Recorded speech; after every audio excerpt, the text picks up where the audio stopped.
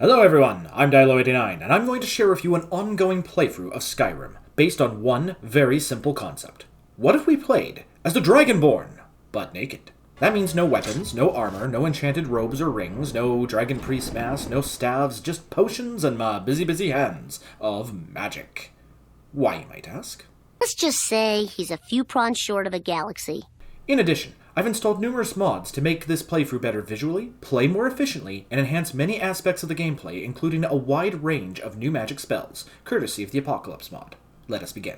After a much-needed nap, I return to the front of the world to talk with Parthenax about what we can do to stop Alduin for good. He says that perhaps capturing a dragon loyal to him in order to aid us in tracking Alduin to Sovngarde is possible before he can regain his strength again. How does one go about capturing a dragon, you might ask? Why, asking the Jarl of Whiterun to borrow his palace as an oversized bear trap. And yes, I can imagine how well this will play out. How about new? Points out there's a civil war raging throughout Skyrim. The Jarl only agrees to use his palace for my plan if I can get both factions to agree to a temporary truce and to speak with the Greybeards about facilitating the negotiations due to their neutrality in the conflict. The Greybeards say what they always say. We don't get involved except this one time to help you out cause gosh darn, we get main character vibes from you. Anything like that, I found cool, like Bill Clinton. And they send me out to talk to the respective leaders of these warring factions. The first is General Tullius, situated in Solitude. So I go there to this magnificent welcome.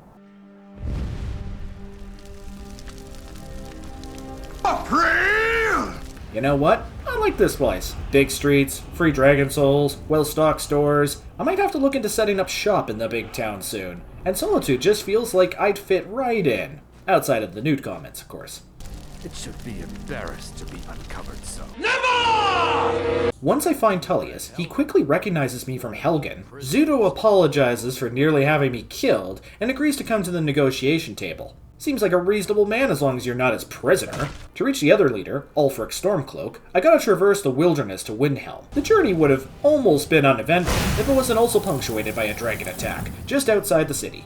This was dealt with the old-fashioned way, of course, but I also admit that this ice spell, Creeping Cold, that I used on Alduin, it's starting to grow on me as a new favorite default spell. Upon meeting Ulfric, he also recognizes me from before, and agrees to the negotiation, so long as I'm present. What the hell do I know about politics? I'm just a naked lizard with magic hands. Aren't you perhaps overqualified? We convene at the Greybeard's temple and proceed to have a very long and uncomfortable negotiation that mostly consists of I hate you too. The real awkward part is how the Imperials, Stormcloaks, Greybeards, Blades, and the fucking Falmor have forced me to sit through all of it. They keep asking my fucking input on policies and concessions discussed solely because of my Dragonborn status, even though I have absolutely no fucking clue what any of it means. So I just agreed to things that I think were kind of logical, like telling the Falmor to get the fuck out of my bounty hunter meeting. Giving the Imperials a frozen town in the north because based on my Winterhold expeditions, everyone deserves a few blue ball moments like I fucking did. And Ulfric gets to pay compensation for war crimes because,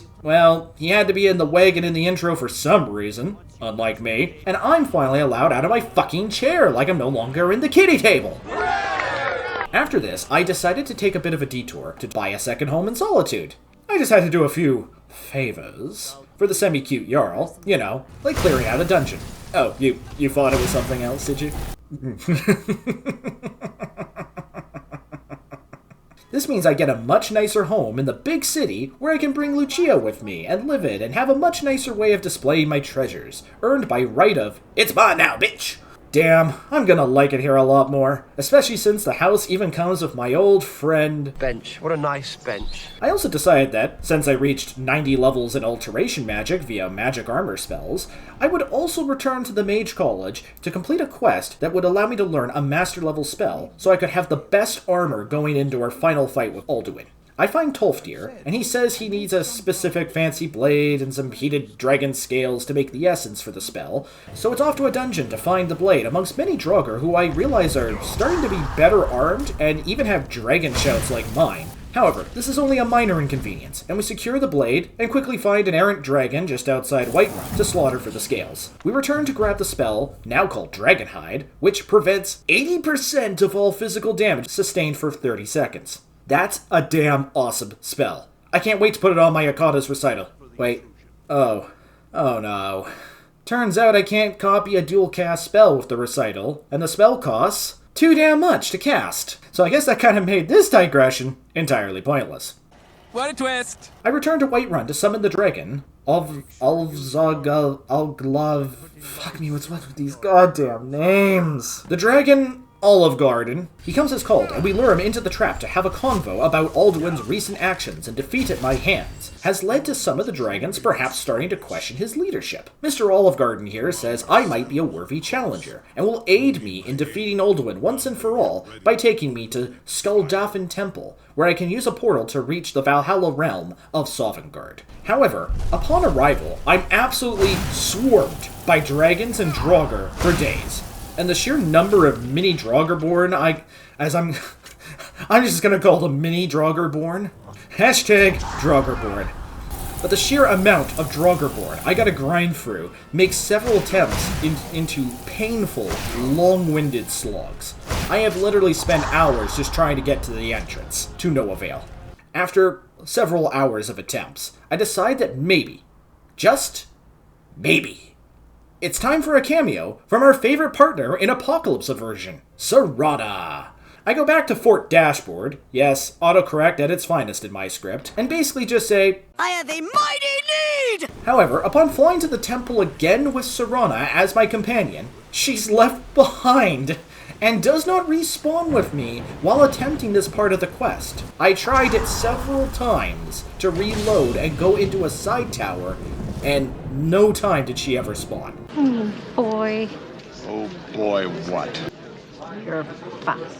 Okay, no more detours, no more leg ups. Time to roll up my non-existent sleeves and beat this flying fucking rat of destiny with what I got. So let's try something a bit more cheeky, if you will. We're good, streaky!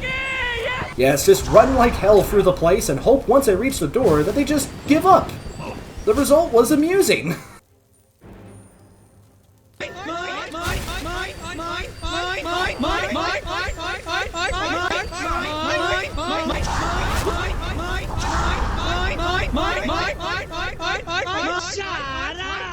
Time for a sneaky approach, where I combine muffle and invisibility to simply walk past them without the peep show, which still leads to some aggro because of some bad timing, but I get lucky, and it's only 1 or 2 guys this time. The temple itself has a combination of easy and hard Draugr to fight, but at least I use the space to my advantage to only face 2 at a time at most. We reach the top of the temple, only to find that, that's right, more Draugr! Now, since I aggro them by simply opening the bloody door, there is no sneaking around this time, I have to fight 2 Death Lords, several smaller Draugr, 2 dragons, and a Dragon Priest, which leads to a montage of glorious death. Gaze upon death! Gaze upon death!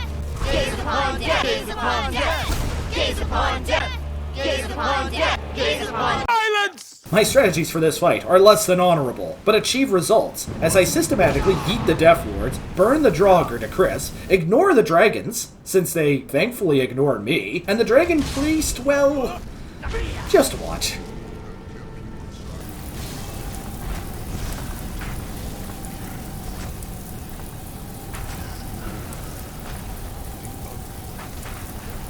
Turns out summoning the dragons like I did in the Dawnguard DLC actually helped this time! What are the odds?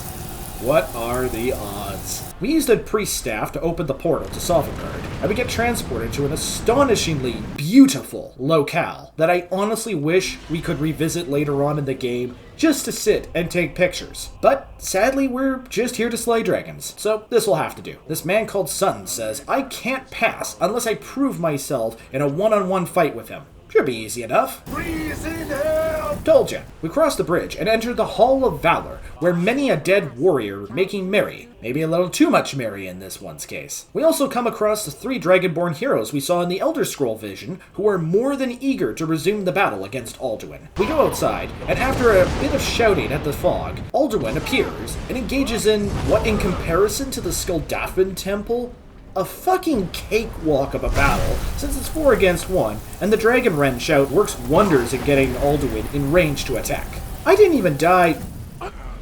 Oh. Oh, come on, that's just not fair. So, on the second try, I did it. It was still easy as hell, and his death was at least cool to watch, I'll give it that.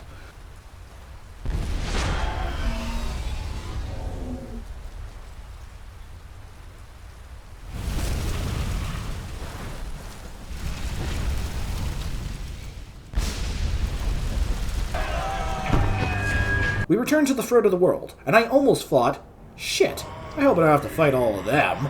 But they simply fly off and leave Parthenax to basically tell me that with Alduin gone, the dragons will seek a new leader, and he believes they will rally to him due to his age and power. That is until Mr. Olive Garden reappears to tell me in some Grima Wormtongue sort of way that he thinks I would make a better candidate to lead Dragonkind, and he will be the first to pledge themselves to my service. Okay, that's an awesome setup for another quest line, but as quickly as he appears, he flies off and the quest is over. I guess my only response to all of this is simply, The Earth is safe! I did it! Now let's go destroy it. thank you all for watching. If you liked what you saw, subscribe to the channel and hit the bell icon for notifications. I also stream on Twitch once a week and play whatever I want, really. Thank you to my Dilo subscribers for supporting the channel, and to Bonnie C. Draws for the Dilo emotes. Now, if you'll excuse me, I'm gonna go find some pants. Camus, where are my pants? Where are my pants? Oh, you're just guarding them for me? That's unusually suspicious of you. Guarding them from what? The gene stealers. Yes, we have a forecast of gene stealers in the neighborhood, do we? Cadmus, you're too young for dad jokes. Too young. Too young for that.